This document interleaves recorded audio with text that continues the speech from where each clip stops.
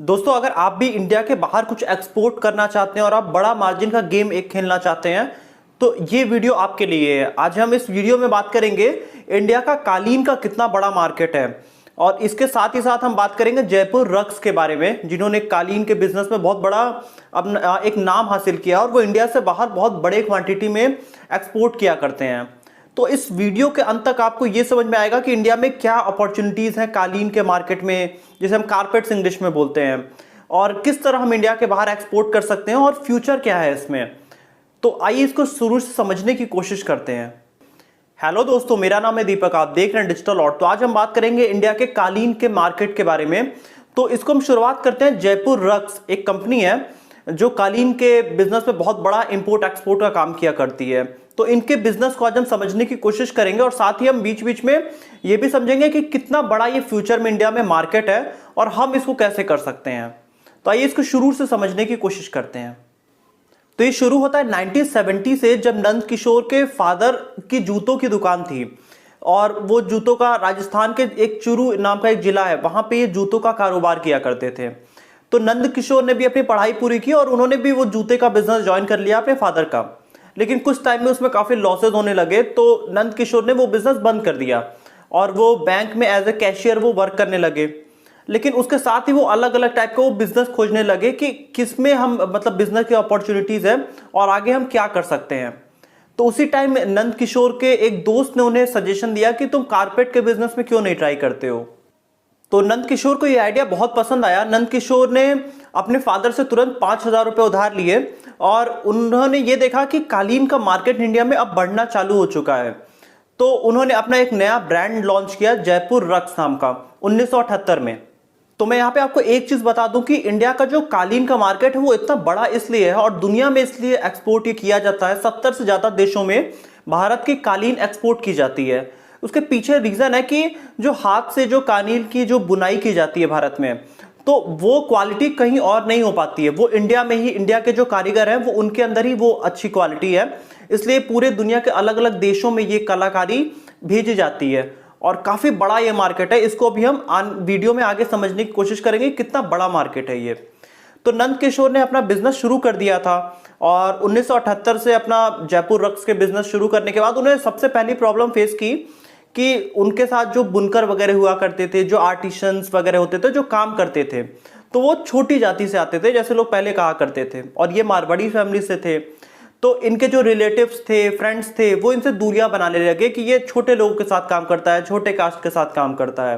तो इनके फादर को अक्सर क्या होता था कि किसी फंक्शन वगैरह में भी लोग नहीं बुलाते थे कि ये तो मतलब अनटचेबल्स या अछूत लोगों के साथ काम करते हैं। तो ये उनको सोशली ये एक इशू आने लगा। तो ये सारी प्रॉब्लम वो फेस कर रहे थे और इसके साथ ही उन्होंने अगली प्रॉब्लम फेस करी कि इस बिजनेस में बिचौलिए बहुत थे। तो ये पहले राजस्थान में काम कर रहे थे, तो उसके बाद इन्होंने अपना 1990 में मतलब बिजनेस शुरू करने के 12 साल बाद इन्होंने अपना बेस पूरा शिफ्ट किया और अपना लूम बनाया इन्होंने गुजरात के अंदर, जहां पे अब ये डायरेक्ट जो वर्कर होता था, जो बुनकर काम करता था, उससे डायरेक्ट बात कर सकते थे, उसके साथ बैठ के समझ सकते थे कि कैसी कालीन बनानी है, क्या इश्यूज आ रही हैं। अब यहाँ पे बिचौलिए खत्म हो गए, तो मतलब यहाँ पे जो प्रॉफिट होता था वो जयपुर रग्स को जाता था और दूसरा जो वर्कर काम कर रहा है उसको, और यहाँ पे बीच का कोई आदमी नहीं बचता। तो इसलिए इन्होंने अपना गुजरात से काम करना फिर चालू किया। तो अगर हम सबसे ज़्यादा भारत में कालीन की बात करें, जो बनते हैं वो जूट के, लिनेन के, हेम के या ब्लेंडेड नेचर के बना करते हैं भारत में, और सबसे ज़्यादा तो सिल्क के कारपेट्स इंडिया में चलते हैं। तो इसी तरह के ये कारपेट्स इंडिया में मैन्युफैक्चरिंग करना इन्होंने शुरू कर दिया था और 2006 में नंद किशोर के बेटे योगेश ने इनका बिजनेस ज्वाइन किया, जयपुर रग्स को। और योगेश ने बॉस्टन यूनिवर्सिटी से पढ़ाई करी थी और उसके बाद ये टेक्नोलॉजी में काफ़ी अच्छे थे, लेकिन इनके आते ही बिजनेस थोड़ा सा डाउनग्रेड होने लगा। उसका रीज़न ये था कि 2006 में इन्होंने ज्वाइन किया और 2008-9 में मतलब एक क्राइसिस आई पूरी दुनिया में, जो आपको पता ही होगा। और उससे क्या हुआ, इनको करीब 20 करोड़ से ज़्यादा का लॉस हो गया पूरे बिजनेस में, क्योंकि पैसे कई जगह फंस चुके थे। अब यहाँ पे प्रॉब्लम आ रही थी कंपनी सर्वाइव भी कर पाएगी कि नहीं, तो इस तरह के इशू कंपनी को आने लगे। तो अब जब कंपनी को एकदम सर्वाइवल की प्रॉब्लम आने लगी तो कंपनी ने अपना वर्किंग स्टाइल पूरा चेंज किया। यहाँ पे कंपनी ने अपने आप को पूरी तरह से ऑटोमेट किया। इन्होंने ईआरपी सॉफ्टवेयर्स ले आए जिससे कि इनके जो वर्कर्स हैं वो पूरी तरह से ऑनलाइन हर चीज़ों को समझ सकें, काम कर सकें। और डिज़ाइनिंग के लिए इन्होंने कैट सॉफ्टवेयर का यूज़ किया, और जो कि होता है कंप्यूटर एडेड डिज़ाइन होता है। और उसके बाद क्या होता है, उससे क्या होता था कि ये ऑनलाइन ही सारा कुछ डिज़ाइन वगैरह बना लिया करते थे। तो यहाँ पे उन्होंने वर्कर्स को काम करने का तरीका अपना चेंज किया, और उसके बाद इन्होंने एक्सपोर्ट पे ज़्यादा फोकस करना चालू किया। तो इसके बाद जब इन्होंने इंटरनेशनल मार्केट पे फोकस किया, तो यहाँ ये यूएस हुआ, जर्मनी हुआ, मिडिल ईस्ट के कुछ कंट्रीज हुए, ब्राज़ील हुआ, इन सब कंट्रीज में अपने चीज़ों को एक्सपोर्ट करने लगे। और इनकी स्पेशलिटी थी कि ये हाथ से बुने हुए कालीन बनाया करते थे, जो कि विदेशों में काफ़ी पसंद आने लगा था। और अगर हम 2018 में बात करें, जब ये काफ़ी अच्छे से ग्रो होने लगे, तो उन्होंने अपना एक ऐप लॉन्च किया अपनी कंपनी के इंटरनल वर्क के लिए, जिसका नाम था ताना बाना।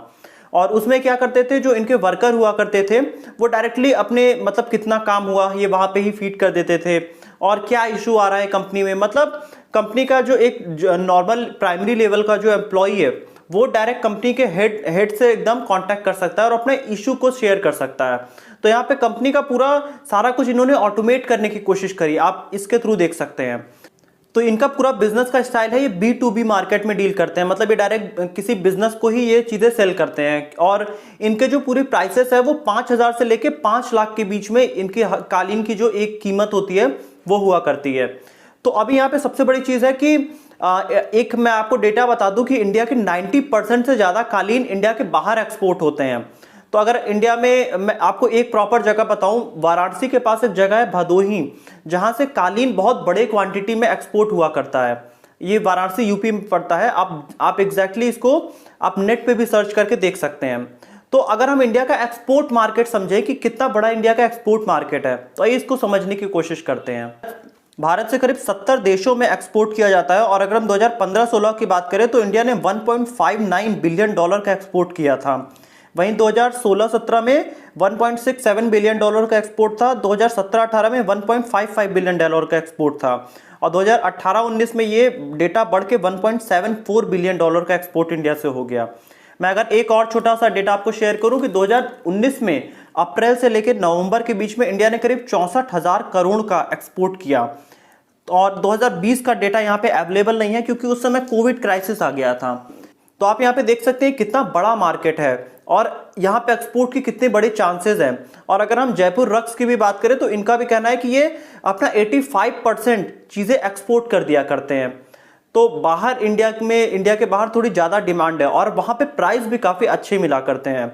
तो मेरा आपको पूरा बताने का ये फोकस है कि अगर आप कालीन के बिजनेस में जाना चाहते हैं तो आप एक्सपोर्ट के मार्केट में जाइए। और जैसे कि मिडिल ईस्ट के कंट्रीज हो गए, ब्राज़ील हो गया, या जापान हो जैसे देश हो गए, यूएस, यूके, इन कंट्रीज में एक बड़ा मार्केट है इन चीज़ों का। तो अगर हम इनकी बात करें तो आज की डेट में इनके 40,000 से ज़्यादा बुनकर हैं, वो जो कि 600 से ज़्यादा गाँव से इंडिया से आते हैं, और जिनकी जो सैलरी होती है वो 8 से 12,000 के बीच में ये दिया करते हैं उनको। और इन्होंने जब बिजनेस की शुरुआत करी थी तो इनके पास सिर्फ 2 लूम्स थे, जहाँ पे मतलब ये कारपेट बना करते हैं, उसे लूम्स बोलते हैं। और आज की डेट में इनके पास करीब 7,000 से ज़्यादा इनके लूम्स हैं। और अगर हम इनके लास्ट ईयर के प्रॉफिट की बात करें तो 142 करोड़ का इन्होंने रेवेन्यू जनरेट किया था। मतलब आप देख रहे हैं कितना बड़ा इन्होंने ये मार्केट कैप्चर करके रखा। और इनके जैसे कुछ और कंपनीज हैं जो कि इंडिया के बाहर एक्सपोर्ट किया करती हैं बहुत बड़े क्वांटिटी में, और ये मार्केट अभी आगे थोड़ा चेंज हो रहा है, हम अभी इस पे भी बात करेंगे। अभी कंपनी ये भी प्लान कर रही है कि वो अपना बैंगलोर और जयपुर जैसे शहरों में भी अपना कुछ स्टोर्स खोलने का। कंपनी को अभी इंडिया में भी कुछ मार्केट दिखाई दे रहा है। तो अगर हम इस मार्केट को और डिटेल में समझें कि हम इसमें और क्या कर सकते हैं, तो अगर हम कारपेट को और डिटेल में समझने की कोशिश करें तो इंडिया में और हर देशों में जो कारपेट यूज होता है ये कॉमर्शियल पर्पस के लिए भी यूज होता है, मतलब ऑफिसेज वगैरह में भी कारपेट्स का काफी यूज होता है, और अब घरों में भी इंडिया में यूज होने लगा है। अब लोगों की लाइफ स्टाइल चेंज हो रही है, लोगों के पास पैसा इंडिया में बढ़ा है, तो लोग होम फर्निशिंग्स वगैरह में भी खर्च कर रहे हैं। मतलब ये थोड़ा आपको रॉयल लुक देता है आपके घर को, तो इस वजह से लोग अपने आप को थोड़ा रॉयल बनाने के लिए, और पैसे भी इतने हैं लोगों के पास, लोग इन चीज़ों में इन्वेस्ट कर रहे हैं। और अगर हम बात करें कि इंडिया ग्लोबल लीडर क्यों है इस मार्केट में, क्योंकि इंडिया की जो कपड़े की ओरिजिनलिटी है, कलर है, क्वालिटी है, डिज़ाइन है, और ये काफ़ी टाइम तक चलता है। इस वजह से इंडिया के जो कारपेट्स हैं वो ज़्यादा ही दुनिया में मांगे जाते हैं। और अगर इनका हम प्रीफर मार्केट देखें कि किन किन जगहों पे यूज़ होता है, तो जैसे कि बेडरूम में यूज़ होता है, लिविंग रूम में यूज़ होता है, ऑफिस में यूज़ होता है, और मतलब फ्लोर वगैरह पे बिछाने के लिए इसे यूज़ किया जाता है। तो कोविड के टाइम में जहां यूरोपियन कंट्रीज में इनका करीब शेयर गिरा था, मतलब वहां पे बाई कम हो रहा था, तो वहीं यूएस में ये बढ़ गया था क्योंकि लोग घरों में ज्यादा रह रहे थे, तो लोग होम फर्निशिंग्स पे ज्यादा ध्यान दे रहे थे। तो अभी फिर इंडिया में कोविड और तेजी से बढ़ता जा रहा है, इंडिया में सेकंड वेव चल रही है, तो ये सब मार्केट आप देखेंगे अभी और ज्यादा ऊपर जाएगा। और ऐसा एक्सपेक्टेड है कि 2020 से 26 के बीच में, 2026 तक ये मार्केट हर साल 5% से ज्यादा ग्रोथ रेट से बढ़ेगा। और अगर हम इनके कुछ कंपटीटर्स की बात करें तो जैसे हो गया सैफ कारपेट हो गया और याक कारपेट हो गया और ओबिट्री रक्स हो गया, ये सब इनके कंपटीटर्स हैं जो कि काफी बड़े क्वांटिटी में एक्सपोर्ट कर रहे हैं। तो मुझे ऐसा दिख रहा है कि छोटे छोटे प्लेयर्स के लिए यहाँ बहुत बड़ा स्पेस है। मतलब अभी तो ये जितने बड़े ब्रांड्स हैं ये B2B सेल कर रहे हैं, बट अभी क्या है, डायरेक्ट टू कस्टमर, मतलब क्या है कि रिटेल में 1-2 पीसेज में जो लोग बाई करते हैं कारपेट्स, इनका मार्केट ज्यादा बढ़ता जा रहा है। और अगर आप एक जाके कुछ डेटा चेक करेंगे तो 2020 के बाद जो इंडिया का बहुत बड़ा मार्केट है वाराणसी के पास भदोही का, तो वहां पे लोगों ने ऑनलाइन सेल करना चालू कर दिया है। तो यहाँ पे ये कारपेट्स वगैरह ऑनलाइन में बहुत बड़ा मार्केट है। मगर जैसे कि अगर आप ऑनलाइन अपना एक स्टोर बनाते हैं और वहां पे आप कारपेट्स वगैरह आप अलग अलग टाइप के आप वहां पे बेचते हैं, मतलब लोगों को अलग अलग जगहों पे, और एक क्वांटिटी 2-3 क्वांटिटी में आप बेचते हैं, तो ये एक बहुत बड़ा मार्केट है इंडिया में भी और इंडिया के बाहर यूएस वगैरह में भी, और जितने मैंने कंट्रीज बताए। तो मुझे इसमें बहुत बड़ा एक फ्यूचर दिख रहा है, इसलिए मैंने आज ये वीडियो आपके लिए डिस्कस किया कि कारपेट के मार्केट में भी एक बड़ा फ्यूचर हो सकता है अगर आप इस मार्केट में टैप करने की कोशिश करें। और कारपेट के साथ बहुत से हैंडलूम आइटम्स भी हैं जिसमें आप जा सकते हैं, इसलिए मैंने आज कारपेट का ही एग्जांपल दिया। तो इस वीडियो में ये मेरा पर्सनल ऑब्जर्वेशन है और जो भी स्टडीज वगैरह हुई हैं ये उन सब से मैंने डेटा गैदर करके आपको सारी चीजें बताई। तो आपको कितना बड़ा फ्यूचर में ये मार्केट दिखता है आप उसके बारे में बताइए नीचे कमेंट ऑप्शन में, और इंडिया में क्या फ्यूचर हो सकता है कारपेट के मार्केट का।